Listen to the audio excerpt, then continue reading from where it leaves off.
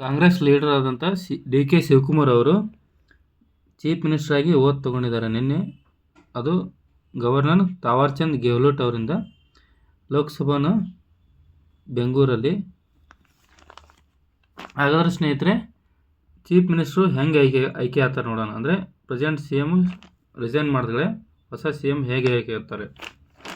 ಆವಾಗ present C M resign ಮಾಡಿದ್ರೆ ಅವರೇನು ಮಾಡ್ತಾರೆ, ಗವರ್ನರ್ಗೆ ಸಬ್ಮಿಟ್ ಮಾಡ್ತಾರೆ. ಗವರ್ನರ್ ಅವರು ಆ ರೆಸಿಗ್ನೇಷನ್ನ ಸ್ವೀಕಾರ ಮಾಡ್ಕೋತಾರೆ. ನೀಡಿದರೆ ಅವ್ರು ಕೇರ್ ಟೇಕರಾಗಿ ಕೆಲಸ ಮಾಡ್ತಾರೆ. ಯಾರು ಔಟ್ ಗೋಯಿಂಗ್ ಸಿ ಎಮ್ ಅವರು. ಆವಾಗ ರೂಲಿಂಗ್ ಪಾರ್ಟಿ ಮೀಟಿಂಗ್ ಕರೀತಾರೆ. ಅಲ್ಲಿ ಪಾರ್ಟಿ ಲೀಡರ್ನ ಆಯ್ಕೆ ಮಾಡ್ತಾರೆ. ಪಾರ್ಟಿ ಲೀಡರು ಮೆಜಾರಿಟಿ ಸಪೋರ್ಟ್ನ ಕ್ಲೈಮ್ ಮಾಡ್ತಾರೆ ಗವರ್ನರ್ಗೆ. ಗವರ್ನರ್ ಅವರು ಗೌರ್ಮೆಂಟ್ ಫಾರ್ಮ್ ಮಾಡೋಕ್ಕೆ ಇನ್ವೈಟ್ ಮಾಡ್ತಾರೆ. ಆವಾಗ ನಿನ್ನೆ ಮಾಡಿದ್ರಲ್ಲ ಡಿ ಕೆ ಶಿವಕುಮಾರ್ ಅವರು ಓತ್ ಅಂತ ತೊಗೊಂಡ್ರು. ಅವ್ರ ಜೊತೆಗೆ ಕೆಲವೊಬ್ಬರು ಕೌನ್ಸಿಲ್ ಆಫ್ ಮಿನಿಸ್ಟ್ರು ಕೂಡ ಓತ್ ತೊಗೊಂಡಿದ್ರು. ಅಂದರೆ ಎಕ್ಸಾಂಪಲ್ ಹೇಳ್ಬೇಕಾದ್ರೆ ಜಿ ಪರಮೇಶ್ವರ್ ಕೂಡ ಡೆಪ್ಯೂಟಿ ಸಿ ಎಮ್ ಆಗಿ ಆಯ್ಕೆ ಆದರು. ಅಥವಾ ನೀಡೆಡ್ ಇದ್ದರೆ ಅಂದರೆ ಮೆಜಾರಿಟಿ ಇರದೇ ಇದ್ದರೆ ಫ್ಲೋರ್ ಟೆಸ್ಟ್ ಮಾಡ್ತಾರೆ. ನಮ್ಮ ಕರ್ನಾಟಕದಲ್ಲಿ ಸದ್ಯಕ್ಕೆ 224 ಸೀಟಲ್ಲಿ ಮೆಜಾರಿಟಿಗೆ 113 ಬೇಕು. 136 ಪ್ಲಸ್ 4 ಸೀಟು ಅಂದರೆ 140 ಸೀಟು ಕಾಂಗ್ರೆಸ್ಸಲ್ಲಿದೆ. ಹೀಗಾಗಿ ಫ್ಲೋರ್ ಟೆಸ್ಟ್ ಅವಶ್ಯಕತೆ ಇಲ್ಲ. ಅಥವಾ ಫ್ಲೋರ್ ಟೆಸ್ಟ್ ಅವಶ್ಯಕತೆ ಆದರೆ ಏನೇನು ಪ್ರೊಸೀಜರ್ ಇದೆ ನೋಡೋಣ ಬನ್ನಿ. ಮೆಜಾರಿಟಿ ಪ್ರೂವ್ ಮಾಡೋಕ್ಕೆ ಬರುತ್ತಿದೆ. ಆವಾಗ ಗವರ್ನರ್ ಏನು ಮಾಡ್ತಾರೆ, ಆರ್ಟಿಕಲ್ 163, 174, 164 ಅಡಿಯಲ್ಲಿ ಫ್ಲೋರ್ ಟೆಸ್ಟ್ನ ಆರ್ಡರ್ ಮಾಡ್ತಾರೆ.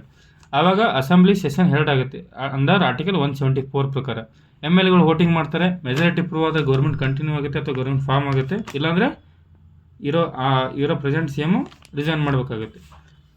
ಹಾಗಾದರೆ ಫ್ಲೋರ್ ಟೆಸ್ಟಲ್ಲಿ ಸುಪ್ರೀಂ ಕೋರ್ಟ್ ಏನು ಹೇಳುತ್ತಪ್ಪ, ಸುಪ್ರೀಂ ಕೋರ್ಟ್ ಏನಂತ SR Bommai versus union of India case ಇದೆ.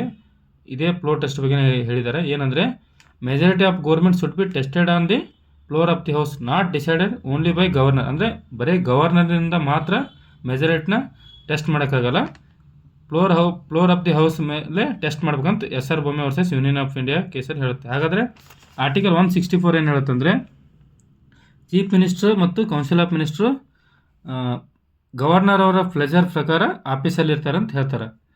ಇನ್ನು 163 ಏನು ಹೇಳುತ್ತಂದರೆ, ಗವರ್ನರ್ ಅವರು ಕೌನ್ಸಿಲ್ ಆಫ್ ಮಿನಿಸ್ಟರ್ ಅಡ್ವೈಸ್ ಪ್ರಕಾರ ಗವರ್ನರ್ ಅವರು ಕೆಲಸ ಮಾಡ್ಬೇಕಂತ 163 ಹೇಳ್ತೈತಿ. ಇನ್ನು ಸರ್ಟನ್ ಸಿಚುವೇಶನ್ ಇದನ್ನು ಮಾಡೋಂಗಿಲ್ಲ. ಯಾಕಂದರೆ ಅಕಸ್ಮಾತ್ ಗೌರ್ಮೆಂಟು ಸಂಬಂಧಪಟ್ಟಲ್ಲಿರೋ ವಿಷಯನ ಮಾಡಿದ್ರೆ ಪ್ರೆಸಿಡೆಂಟ್ ಅವ್ರಿಗೆ ಹೋಗಬೇಕಾಗುತ್ತೆ. ಹೀಗಾಗಿ ಇಲ್ಲಿ ಕೊಟ್ಟಿದ್ದಾರೆ. ಇನ್ನು ಆರ್ಟಿಕಲ್ 174 ಏನು ಹೇಳುತ್ತೆ, ಗವರ್ನರ್ ಅವರು ಸಮಾನನ ಹೊಡಿಸ್ತಾರೆ. ಇದು ಲೆಜಿಸ್ಲೇಟಿವ್ ಸೆಷನ್ನ ಫ್ಲೋರ್ ಟೆಸ್ಟ್ ಮಾಡೋಕ್ಕೆ.